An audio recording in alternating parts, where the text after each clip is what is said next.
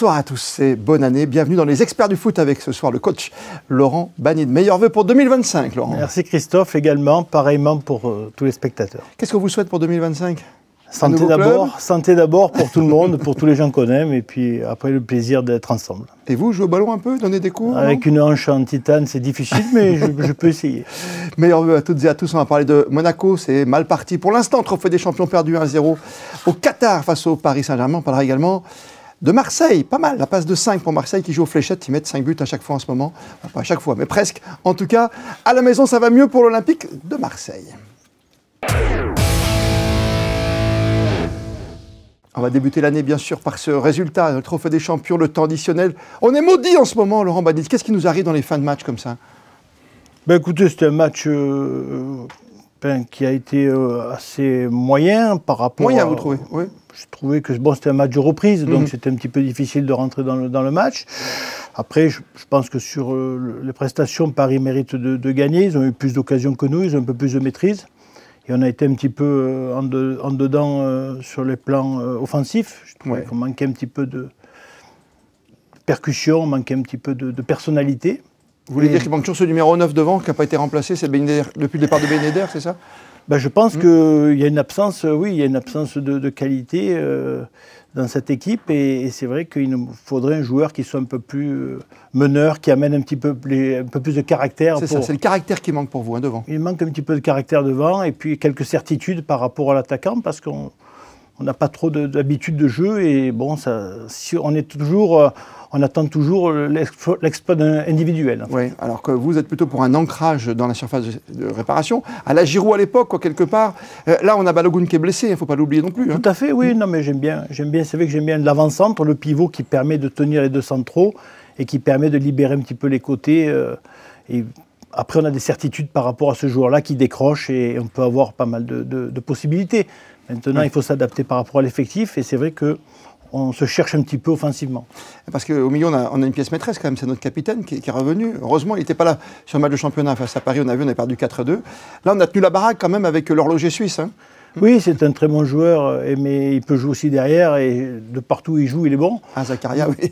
Malheureusement, on ne peut pas le mettre de partout et c'est vrai que derrière, on est un petit peu en difficulté par contre. Ah, vous avez sauté tout de suite le milieu de terrain, qui est correct pour vous, pour aller en non, défense. Mais je pense que dans l'ensemble, Paris est un cran au-dessus de nous. Et c'est vrai que bon, on a eu la gardienne de but qui a fait un très bon match. Mais ça a montré quand même des insuffisances, notamment sur le côté gauche où on a été souvent pris. Offensivement, on a manqué de caractère. Voilà, après, c'est un match de reprise, il faut retrouver le rythme et on peut pas, il faut être patient. Mais c'est vrai qu'on a vu quand même une différence dans la... Il y a un cran au-dessus pour vous, ouais. Pour moi, globalement, il y a un cran au-dessus pour l'instant pour Paris Saint-Germain. Qui joue aussi sans avant-centre. C'est ça, qui joue aussi. On l'a vu, après il faut rentrer Ramos sur la fin de match, ça ne change rien. Mais vous, ce que vous aimez, je sais que vous l'appréciez, c'est ce travail des latéraux désormais, côté gauche, côté droit. Hein, on voit que ça va très vite. Les pistons parisiens nous ont fait du mal. Hein. Ça va très très vite. On a vu que Paris était très dangereux sur les côtés, ils allaient très très vite. Et c'est vrai qu'à partir de là, ça soumet beaucoup de centres et de possibilités offensives. Mais c'est vrai que les deux joueurs de côté de Paris ont été très très bons. Mais coup de chapeau, vous l'avez dit au gardien quand même, remplaçant, entre guillemets. Il avait débuté la saison. C'est plus trop qui est remplaçant. C'est plus qui est numéro 1, numéro 2. C'est un dilemme pour un coach? C'est un dilemme, oui, c'est un dilemme parce qu'il faut qu'il y ait de la régularité à un moment donné par rapport à la défense. Il faut que le gardien tienne cette défense et qu'il y ait une habitude de jeu. Là, c'est vrai que pour l'instant, sur ce dernier match, la prestation a été de bon niveau. On aurait pu dire errement défensif depuis un petit moment pour Monaco, mais là c'est plutôt un problème de placement. On a la 92e quand on prend le but, quand on est parti pour les tirs au but, hein. Et là on le prend à la 92e, mais ça fait beaucoup. Voilà, nombre de fois que sur la fin on s'effrite quoi quelque part. Oui, c'est peut-être un problème physique, c'est peut-être un problème aussi de concentration. C'est un match de reprise aussi, mais c'est vrai que quand on est dans les arrêts de jeu, on a tendance à penser au pénalty déjà, et puis le match il se termine quand l'arbitre siffle. Et ces relâchements de dernière seconde, souvent sont à déplorer. Oui, puis c'est fatal, en tout cas pour l'AS Monaco, qui a fait re-signer son entraîneur pour 2 ans pendant ce laps de temps. C'est une bonne chose d'être dans la sécurité quand on est entraîneur comme vous, Laurent? Ben oui, je pense qu'il faut avoir quand même des certitudes et puis être tranquille dans le travail et pouvoir bien aller au fond de ses objectifs et de ses idées. Voilà, donc c'est important de ne pas avoir toujours à se dire bon, je suis en fin de contrat dans 3 mois, qu'est-ce qui va se passer? Voilà, on est un petit peu d'incertitude. Je pense que pour la sérénité du groupe et pour la sérénité de l'entraîneur, c'est important qu'il ait quand même une sécurité devant. Et là, on va se déplacer 3 fois en championnat, ça va être compliqué à gérer. Et puis après, il y a la Ligue des Champions. Comme pour Paris, on est dans le dur. Pour Paris, c'est compliqué. Pour Monaco, il y a un peu moins de risques, mais quand même, il ne reste plus que 2 matchs. Hein. Ben, je pense que les calendriers au mois de janvier sont très compliqués pour les 2 équipes, parce que Paris va jouer contre Manchester City et c'est un match qui risque d'être couperé. Monaco va 3 fois à l'extérieur. On reçoit Aston Villa, qui est une bonne équipe. Voilà, donc il va falloir montrer du caractère, il va falloir être présent. Voilà, c'est un mois de janvier qui est décisif pour les 2 équipes. Ouais, le mois de janvier, il ne faut pas se perdre quelque part, parce qu'on a perdu trop de points en route, c'est clair depuis un petit moment. Hein. Et puis Marseille est là, Lille, Nice sont là, et quelque part, bon, voilà, il faut jouer sur tous les tableaux, et c'est vrai que ça va demander beaucoup d'énergie. On va reparler de la Ligue 1 et du bon coup réalisé par Marseille. Regard vers le championnat de France. Oui, Paris est devant, Marseille est derrière maintenant, et nous, on a un petit peu décroché. On avait joué le match en avance, hein, c'était le fameux Monaco-PSG. On reste 3e, mais on a l'impression que Marseille est parti dans une bonne direction. Hein. 5 matchs, ça défaite. Hein. Ah, Marseille a trouvé un équilibre. Ils ont un potentiel qui est intéressant. Ils ont des supporters nombreux dans beaucoup d'endroits, et ils sont portés par un public. Et puis c'est vrai qu'ils n'ont pas la Coupe d'Europe, donc aussi ils ont des possibilités de récupérer qui sont plus importantes. Vous avez vu très bon contre Monaco, on s'en souvient. Ils avaient souffert pourtant, ils avaient terminé à 11 contre 10. Mais ils étaient là, au lendemain d'ailleurs d'un petit stage. Ça, c'est l'entraîneur, ça m'intéresse d'avoir votre avis, parce qu'après la défaite à la maison pour Marseille au Vélodrome face à Auxerre, on se réunit, on passe quoi, 3-4 jours ensemble. Ça veut dire qu'on dort, il y a un petit truc en plus qui se passe, qu'on dort dans une sorte de foyer. C'est pas un gîte non plus, hein, là où ils sont allés. Mais on vit ensemble pendant 3-4 jours, on se dit les choses. Ça fait partie des moments qui sont peut-être parfois importants dans une équipe, où on a besoin de resserrer un petit peu les rangs, on a besoin de se parler, parce qu'on est toujours en train de se voir pour l'entraînement 5 minutes avant sur la table des kinés. Après l'entraînement, il y en a des joueurs qui partent.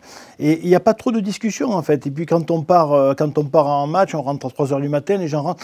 On n'a pas de boîte de nuit, hein, de l'avion. Non, de l'avion. Et on n'a pas le temps de se rencontrer, de parler calmement et de vivre ensemble. Et je pense que ça a été une bonne chose. Ça peut marcher, comme ça ne peut ne pas marcher, mais quelque part, ils ont tout essayé pour essayer de redonner un petit peu d'osmose à cette équipe, à ce groupe. Et bon, on a des résultats qui sont positifs, tant mieux pour eux. De toute façon, si ça se passe mal, on le sait rapidement. On le sait pendant la période de stage. Oui, ça c'est sûr. Mais ça peut aussi, il peut y avoir des frictions de temps en temps aussi, ça existe. Oui, hein. mais ça fait du bien parfois aussi qu'il y ait des frictions. Je pense que voilà, les choses, malheureusement, ne sont pas toujours faciles, mais c'est important que les gens se parlent, c'est important que les gens, des fois, se disent ce qu'ils ont à se dire. Et parfois, ça fait avancer souvent Parce que en plus, il y a des cultures différentes. À une époque, on avait sur une équipe de 11 joueurs type, il y avait des personnes qui étaient ici. Par exemple, il y a beaucoup de Français. Maintenant, il y a des gens qui viennent de toute origine, de tout monde, de toute religion. C'est pas simple non plus. Non, c'est compliqué. Moi, je me rappelle, la première fois que j'avais récupéré les pros, j'avais 20 internationaux. C'est ça. Et chacun venait d'un pays différent, et c'était pas facile, et c'est peut-être pour ça aussi que le départ était difficile et qu'on m'avait confié les rênes.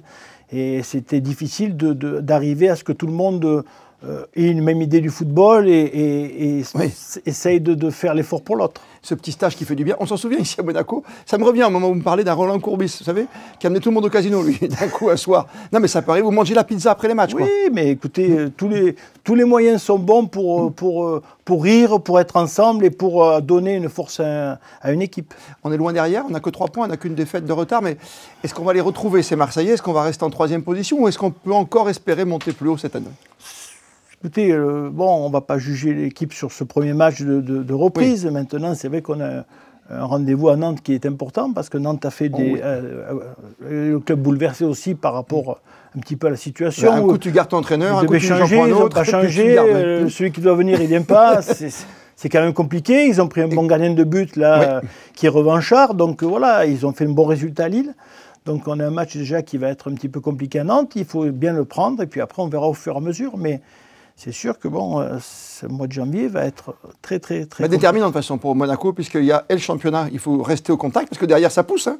Lille, Lyon et Nice sont là. Hein. Oui, il y a un resserrement, et bon, c'est vrai qu'on a laissé quelques points en route, mais bon, on ne peut pas être de partout non plus.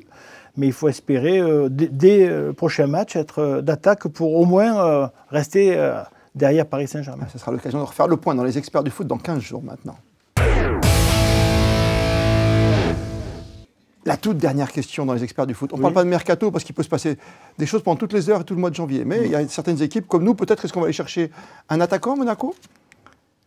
Un nouveau? Parce qu'un nouvel attaquant, on a Balogun qui est out pendant au moins 3-4 mois encore. Hein. Oui, je pense qu'on a besoin d'un joueur qui ait du caractère et qui apporte un peu la confiance un petit peu aux autres joueurs. On ne peut pas se reposer sur Ben Seguir ou sur Akilouche, qui sont des jeunes joueurs. On a besoin quand même d'avoir un meneur qui ait une valeur et un potentiel. Une valeur ajoutée. Une valeur ajoutée à un niveau international. Voilà. Mais idem pour le Paris Saint-Germain, qui nous a habitués à des grandes stars, qui aujourd'hui... Ils sont passés, oui, Paris a besoin, je pense aussi, d'un avant-centre de haut niveau pour passer ce mois de janvier qui va être très compliqué pour eux. Mais j'espère qu'on va réussir à trouver le joueur qui nous apporte un peu plus de confiance offensive et qui permette aussi de libérer les jeunes joueurs, parce qu'en ayant un joueur qui tient les deux défenseurs centraux, on aura un peu plus d'espace pour les jeunes qui vont pouvoir mieux s'exprimer. Et ça devrait bien se passer si on avait cette pépite-là, mais c'est difficile de la trouver. Laurent Banide, fin tacticien pour conclure ses premiers experts 2025. Bonne année encore chez vous. On se dit là dans 15 jours, bien sûr. Semaine prochaine, c'est basket. Merci à vous, Laurent Banide. À très vite. Merci, au revoir.